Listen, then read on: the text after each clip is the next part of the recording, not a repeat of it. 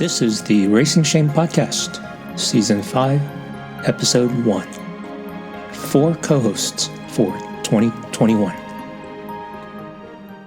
Welcome to Season 5 of the Erasing Shame Podcast. My name is DJ Chuang, one of the co-founders, and I'm thrilled that we're kicking off 2021 with 4 co-hosts together, and we'll be carrying the conversation throughout the year of 2021 with a monthly episode and interspersed with some bonus episodes to really dig into this conversation about erasing shame and how that affects our lives personally and collectively as a society.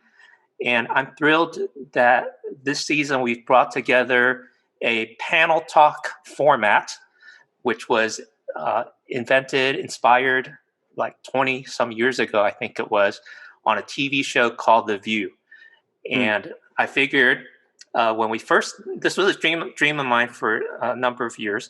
And I figured if 4 women or 5 women could talk about current events and things of lesser consequence, you know, we as Asian Americans should be able to talk about shame and things that hold us back from living more healthy and thriving lives. And so this season, we're going to have the opportunity to do that, talk about those hard things that we've never talked about, because shame is literally the silent killer for many of us, because it kills our dreams and it harms us in our relationships and our mental health and all kinds of things. I'll point you back to our website at erasingshame.com, as well as any podcast channels you like, as well as our Facebook and YouTube channel, so that you can review and browse some of our past episodes and past seasons where we addressed and talked about things like mental health and family and issues and all kinds of things. But this, at this first episode of Season 5, I want to introduce you to our co-hosts and let you know where we're coming from, so that you can get to know us, and we'll start this journey together. And we would love to have your interaction. Add a review on Apple Podcasts, send a private message anonymously at our website on Facebook Messenger, and you can even leave a voicemail. So I'm going to go around the horn and have each of our co-hosts introduce themselves, describe a bit of how they have experienced shame in their life, and what they hope to see happen in Season 5, and let you get to know them. So I'm going to go around and I'll go last. First up, I want to introduce you to Hannah Lee Sandoval. Thank you so much for joining us as a co-host in Season 5. Hi. So I'm just introducing myself. So I'm a second generation Korean American. I'm learning some of these terms: cisgender, married woman. I live in LA, born and raised here for the most part. I am married to a Latino husband, thus the Sandoval, and then we have a little correct Syrian baby. Not baby now, he's 2, but he's still our baby. I'm currently a therapist in private practice, and I was formerly a youth worker and a school counselor. I've been in ministry for a couple of years as well, working mostly with youth, children and high school aged youth. And so I'm really passionate about mental health. I think I grew up in a very kind of white majority, evangelical, very, very conservative space, especially with school. I went to Christian schools growing up. And so I experienced shame from a pretty young age, because there was a lot of like microaggressions, or kind of this like silent, underlying sense of like, anybody who's not blonde hair, blue-eyed is less than somehow. There was also, income gaps. We were solidly middle class, but I think I was around a lot of more privileged people as well. So, I think feeling shame or inadequate because I was a person of color, and also being a female, I'm not encouraged to speak, and I tend to be more extroverted. I've got ADHD. I'm an Enneagram 2. I'm an ENFP. Really, really doesn't fit the typical mold of like silent, submissive East Asian female. It was pretty uncomfortable growing up and learning to, I guess, get comfortable in my own skin. And it's been a journey. I feel like I'm still in it. And now that I'm in an interracial marriage, I'm raising a biracial child. We still have to, in our own home and relationships, have to navigate what shame feels like and looks like. And then on the opposite end, what honor and respect and love look like and feel like in different contexts and cultures. So that's me. Thank you, Hannah. Thank you for joining us on season 5. Next up, George Xiong, who is up in the Midwest, and he's a Hmong American, so a very unique perspective. Thrilled to have you join us.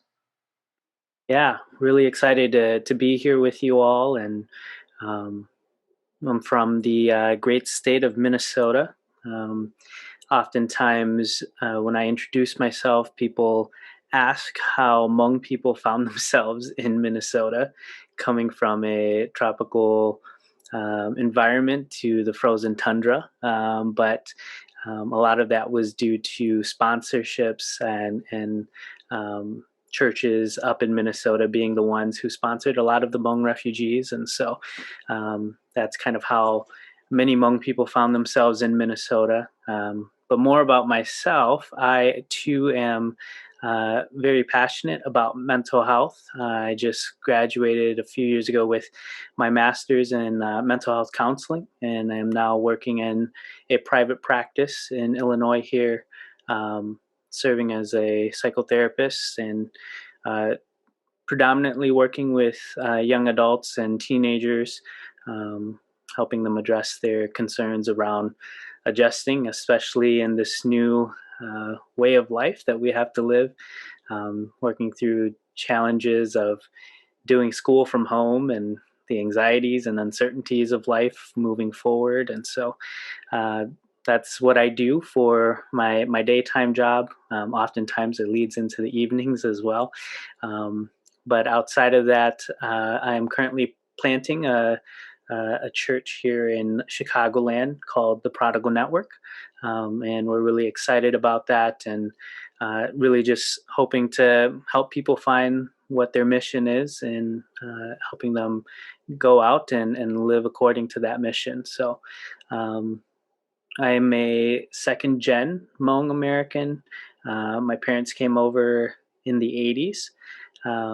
And so growing up, I was the youngest of our cousins in our generation. So I'm like a 1.5er because most of my cousins are 1.5ers. And so I grew up with that mentality. But I'm also very much so a 2.0 second gen immigrant refugee. And so that plays a lot in who I am, how I see the world. And yeah, I'm excited to be on this panel with you all, and hopefully provide my perspective and kind of be a helpful voice in how to navigate what this looks like for even other Southeast Asian refugee groups, or just Southeast Asians in general. Thank you, George. Welcome aboard. And our fourth co-host is Leah Abraham.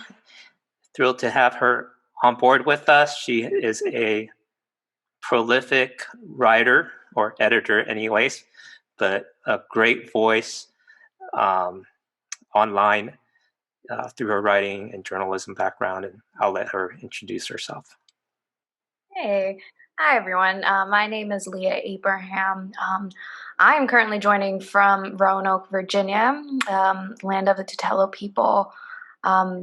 But my story starts in Houston, Texas. That's where I was born. And when I was 3 years old, my family decided to move back to India, which is where we're all originally from. Because I have an older brother and me, and my parents wanted us to grow knowing our culture, our language, and our people. And so we moved. And then at age 13, we moved back to the States. This time back to Portland, Oregon. So I was a teenager then. My brother wanted to study music, and there were just better opportunities in the States. So I just sort of got dragged along.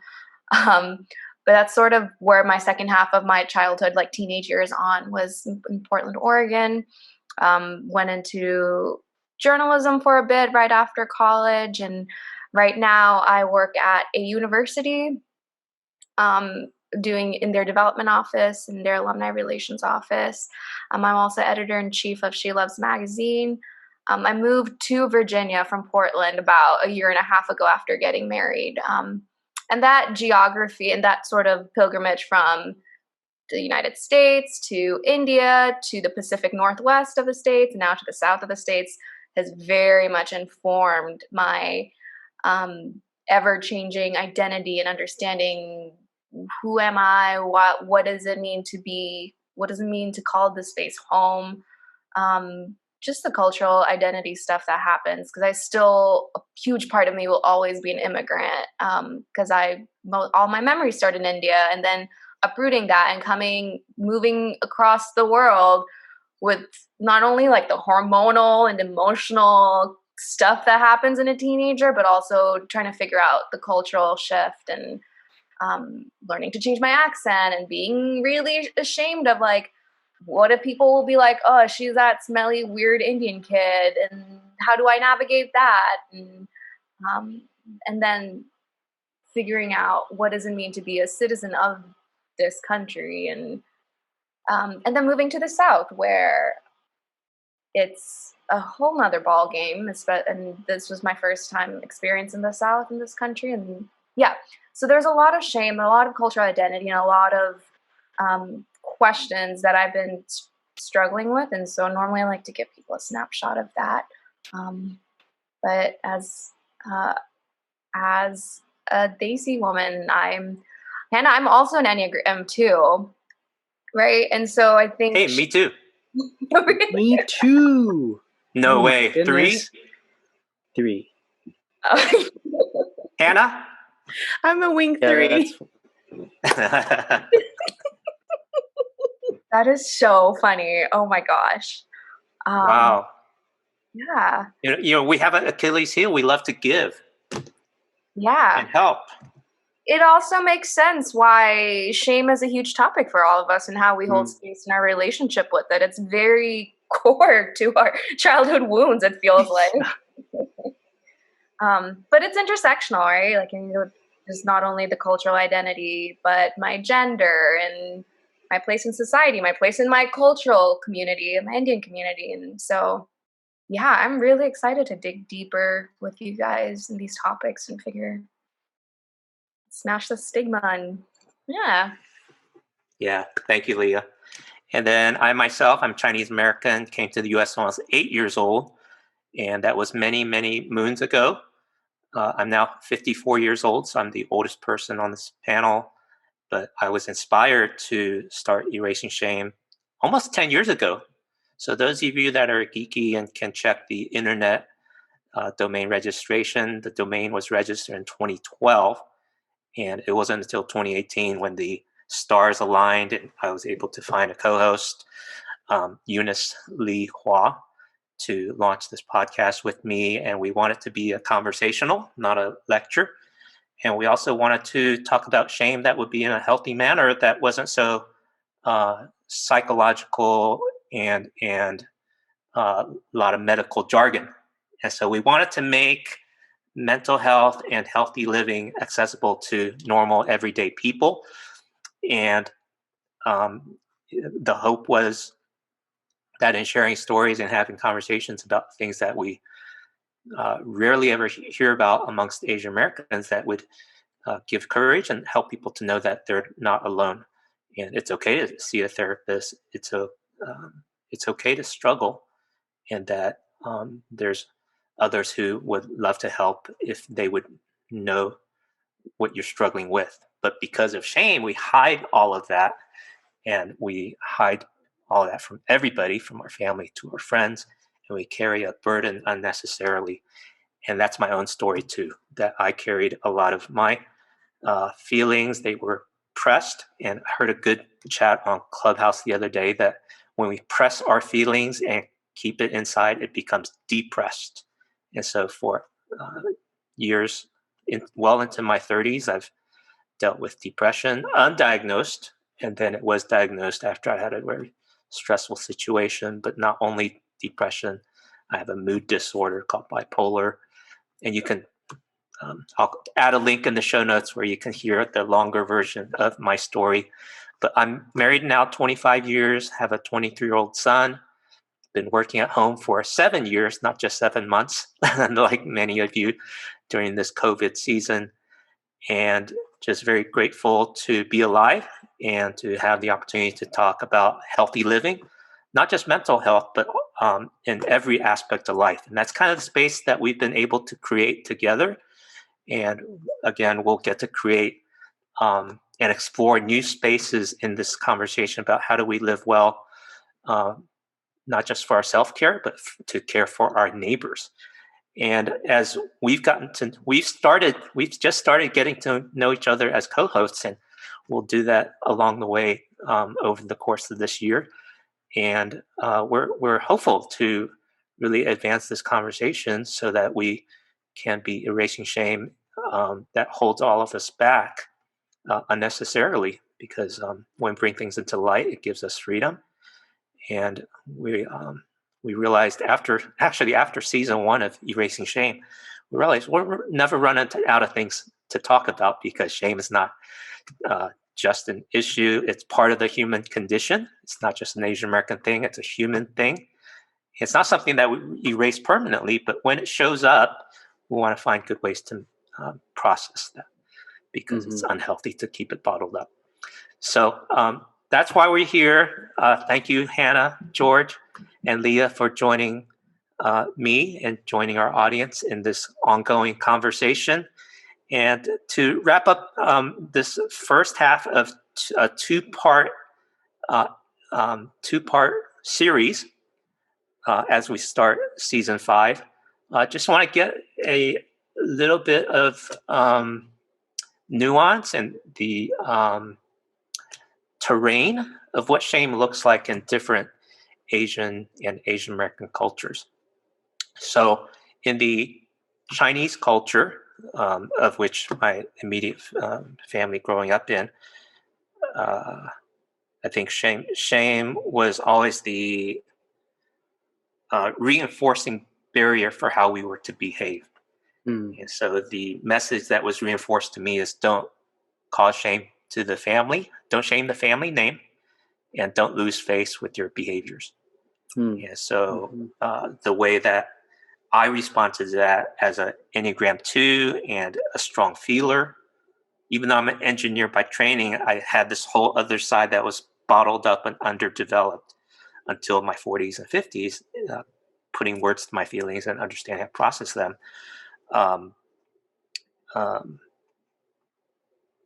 That shame really limited me to just good behavior. But I had all this energy pent up I didn't know how to process. And then eventually it really caused harm that I needed help to get well with. And so that's just a quick snapshot of what it looked like in my Chinese family, and how I experienced shame growing up. Who'd like to go next? We don't have to go in order. This is like a lively discussion and people are listening. Yeah. I wanted to do the chivalrous thing and say ladies first, but I can share, just because I think there's a space in which the Hmong culture kind of shares some of those experiences. I think especially when it comes to familial ties, and I think there's just this what we call it is face, right? That's the translation of it, and not wanting to lose face. And so for the Hmong culture, at least in our family and the communities that I've been a part of, oftentimes everything you do is reflected onto your parents, and whether they're achievements or whether they're failures, everything falls back onto your parents. And so there's this strong honoring of your parents, in which every decision you make then tells the community how good of parents your parents are. And so my parents always came out with these concerns of, hey, you're, essentially representing me as you step into the world. So behave in a way that would bring me face, right? Or behave in a way that wouldn't cause me to lose face. Um, and so that was uh, definitely difficult to understand as a child growing up. And so when, you did make mistakes, and your parents then were frustrated with you, you were trying to wrestle through all that emotional turmoil of, I had no clue what I was doing. And, I don't even understand how this shame culture works, or, what the repercussions are.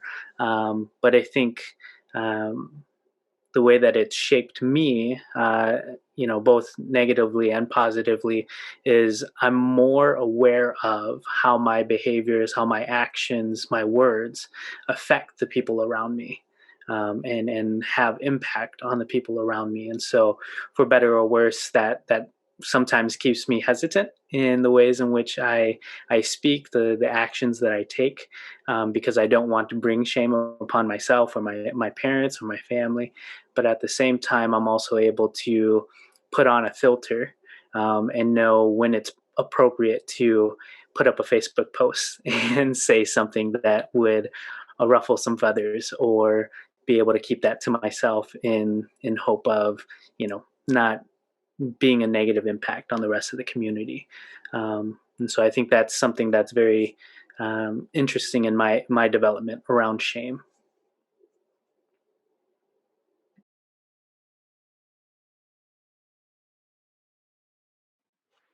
I guess I'll share. I was thinking, I really resonate a lot with what DJ and George you're talking about. I was thinking that something that was clarifying, and I don't remember if it was from Brene Brown or like a sermon I heard, um, but kind of the differentiation between shame and guilt, because I didn't have that differentiation growing up. And so when I was older and studying about shame and learning about it, it was like shame is asking the question, what's wrong with me?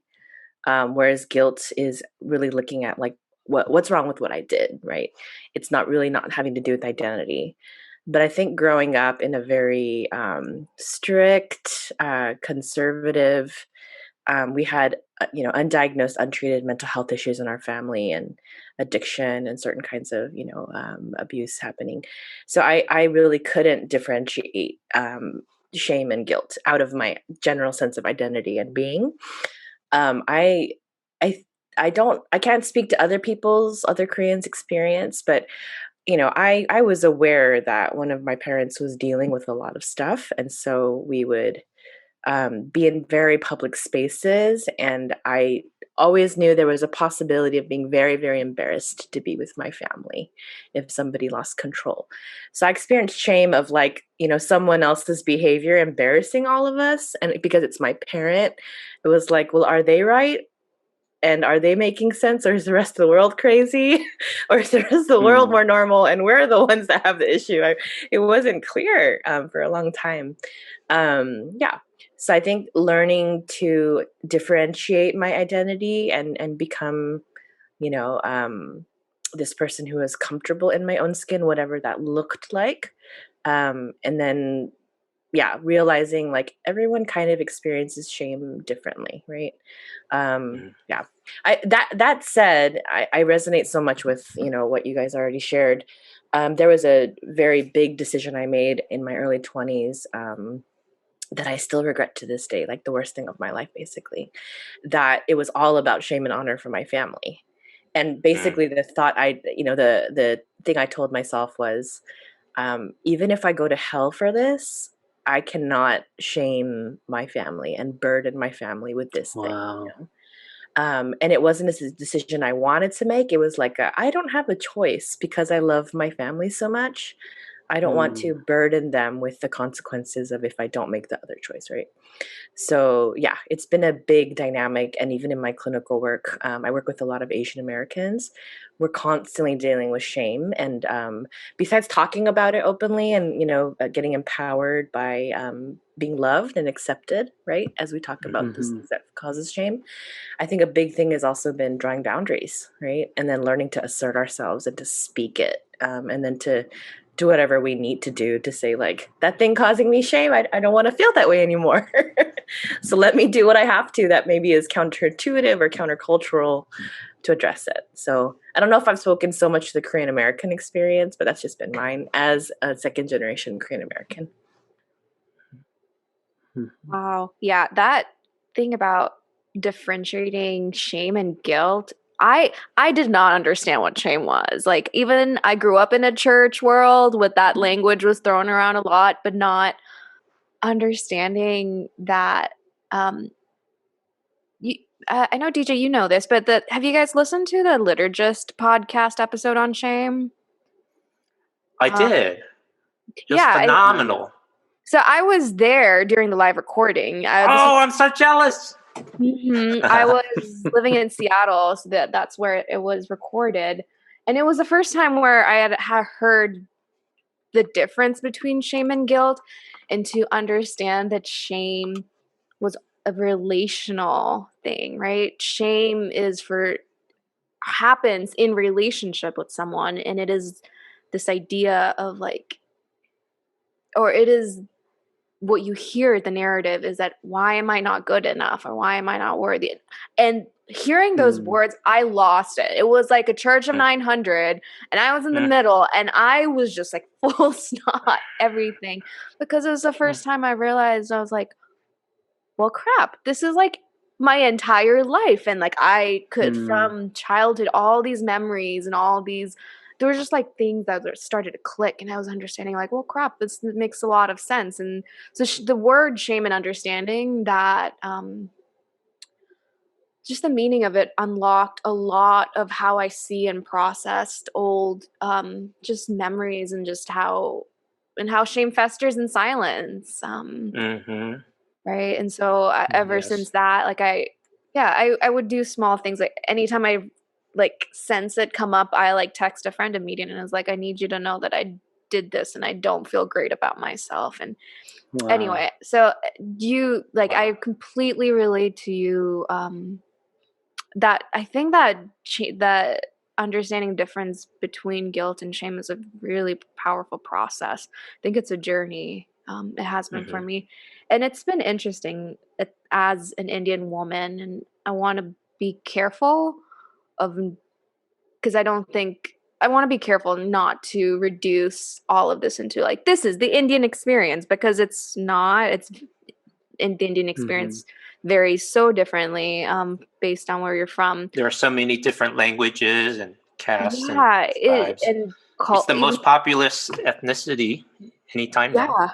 It feels sometimes it feels like you're going country to country when you go state to state in India, because there's different language, food, but also just how the communities work and all of that is a bit different. But so just to give context, I come from the state of Kerala, which is like, it's a small state on the peninsula. So I'm Malayali, and I think, and my family is Christian, and so that's also fairly part of my cultural identity, and the community's identity, and the messages about shame is very. I think it's important to pinpoint that. But I remember growing up. So I grew up with my grandparents. I remember growing up, my grandma would say the story with so much pride. So she would say when my aunt, she'd be very upset because in gatherings, my grandma would never like say anything to like, yeah, my daughter did this and I'm so proud of her. And she'd be really upset, and she'd be like, Mom, why aren't you saying anything about me when other parents are doing that? And she's like, it is, other parents should be saying things about you, not me. As if way like, you need to be good enough that other people are like, wow, you have such an amazing daughter, instead of the other way around. And for for my grandma, that was a sense of pride, right? Like this is how I'm raising my kids. And those messages somehow like, and so that's sort of the environment I grew up in, where hearing, like, I didn't hear I'm proud of you very often. But they were very quick to say I'm disappointed, right? And so shame was very easily, it was quick, and it's the very similar message that I heard even growing up throughout, with my parents are a bit unusual in some aspects to regular Lacey standards, where my parents were actually okay with that. My brother and I didn't pursue the engineer, doctor, lawyer route, mostly because they knew we sucked at all three of those. My brother's a musician and I'm a writer, and but I will always see my parents struggle with that when they're in community, right? They can see like when other kids are doing well, and they're making more money and they're well off much quicker right after college. And I see my parents struggle. I was like, well, did we do the right thing of letting our kids pick their vocations, or should we have done something differently?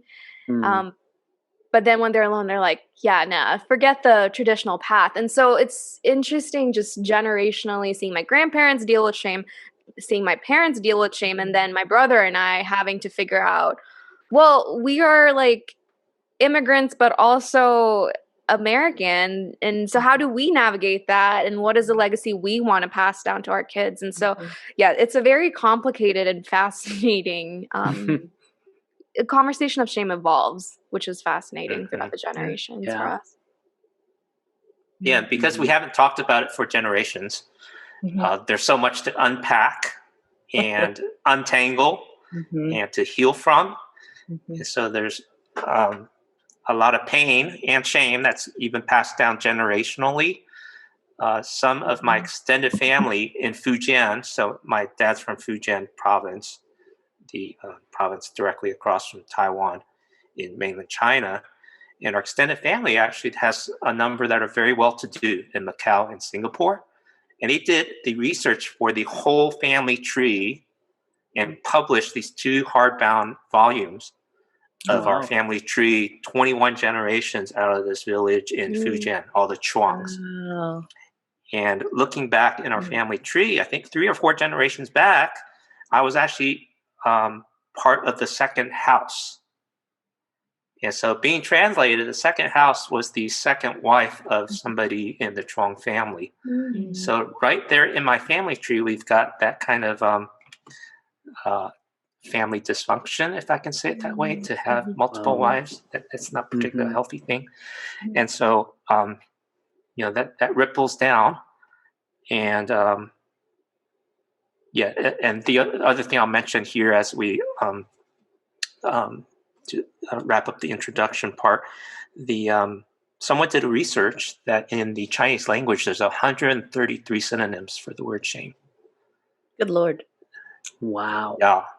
And I'll add a link in the show notes. So it's kind of like that story people share about how there's 75 words for snow in the Eskimo language.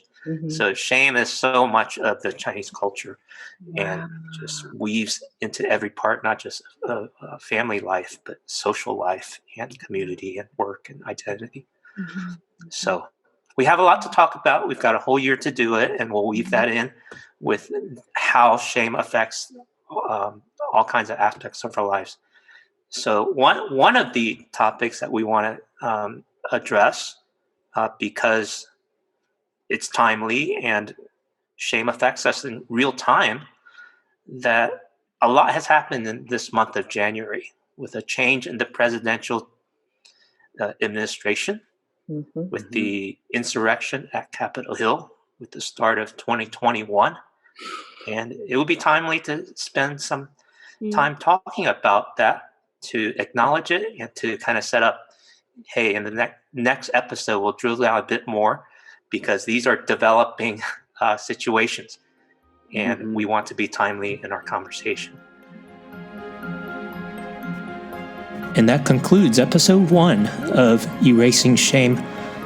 Episode number 1, please come back next week as we continue our conversation.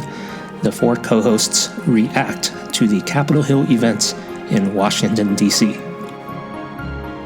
Thank you for listening to this episode of the Erasing Shame podcast. Check out our website at erasingshame.com. We would love to hear your comments and questions.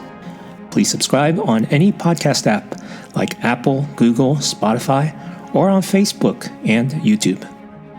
And please add a rating, a review, and a share so more people can experience the freedom and healing that comes from erasing shame.